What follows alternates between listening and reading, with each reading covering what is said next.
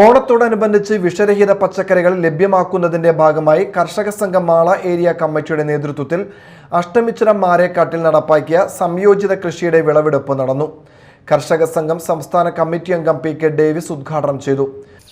ഇപ്പോൾ ലോകം മുഴുവനും ചർച്ച ചെയ്യുന്നത് കാലാവസ്ഥാ വ്യതിയാനത്തെ സംബന്ധിച്ചാണ്. ചിലയിടങ്ങളിൽ ഉഷ്ണക്കാറ്റാണ്.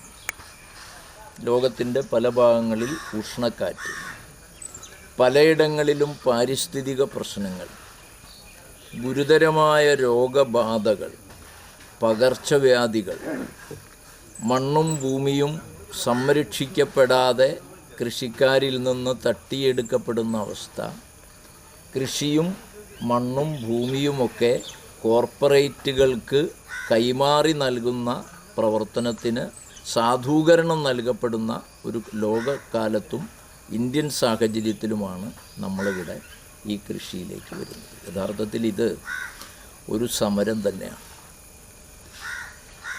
പച്ച പയർ നടുന്നതും വിളവെടുക്കുന്നതും ഒരു സമരം എങ്ങനെയായി മാറുന്നു, അതെങ്ങനെയാണ് സമരമാവുക എന്ന് ചോദിച്ചാൽ ഇതൊരു സമരമാണ്.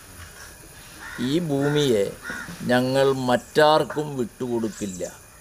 ഞങ്ങൾ തന്നെ ഈ ഭൂമിയെ കൈവശപ്പെടുത്തും.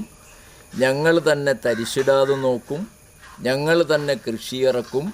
കോർപ്പറേറ്റുകൾക്ക് ഈ മണ്ണും ഈ മനസ്സും വിട്ടുകൊടുക്കില്ല എന്ന പ്രഖ്യാപനമാണ് ഈ കൃഷി ഇറക്കലും വിളവെടുക്കലും നൽകുന്നത്.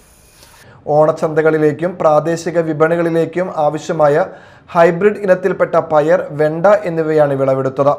Area president T K. ഉണ്ണികൃഷ്ണൻ അധ്യക്ഷനായി. Secretary Unnikrishnan Kuttipparambil, K V. Davis, Jaya Biju, Siji Devadas, P S. Surendran, Jiju Madappally, P S. Sreejith, Lincy Jiju, K. Aravindan എന്നിവർ സംസാരിച്ചു.